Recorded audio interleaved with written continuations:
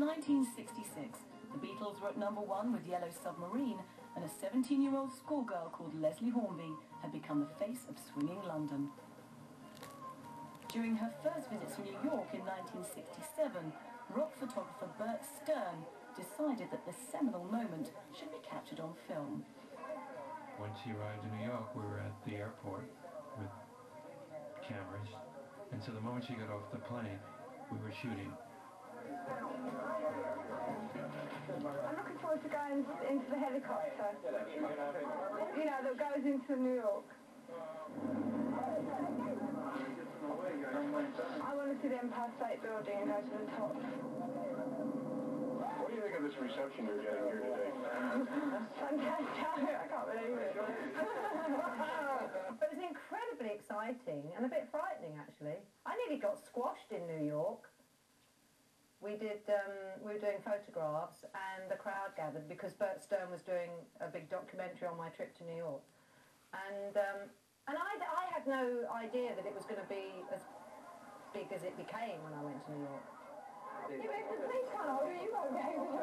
They can't see it. Once they see it, they'll make a pass. Don't worry, Twiggy, he won't go around if it's going to be dangerous.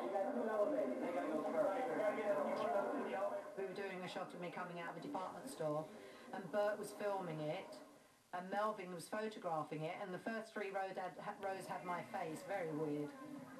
And a crowd started to gather because people wondered what was going on. I mean, I don't think a lot of people knew who was in the middle. It was me!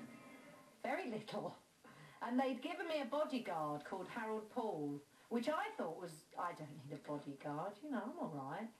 And thank God they did, because I came out of these swinging doors, and the crowd had got so big, and they were also behind us, and actually the film crew lost me because somebody knocked the camera out of their arms as I went through, and the last shot they got of me was screaming.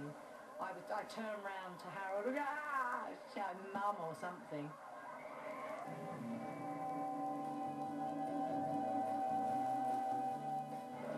We followed her around the streets, and just everybody knew it was Twiggy.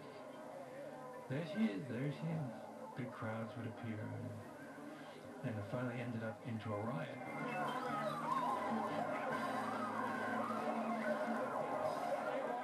Bert had this idea. He said there's this new, I think he was just trying to give colour to the documentary, so there were a few different things, which was fine. And yeah, I didn't know.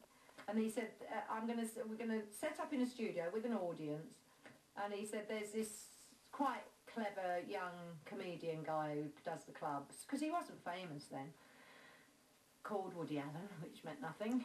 And he came out and said hello, and I sat on my stool, and I was waiting for the, you know, what do you think of New York question. And he said,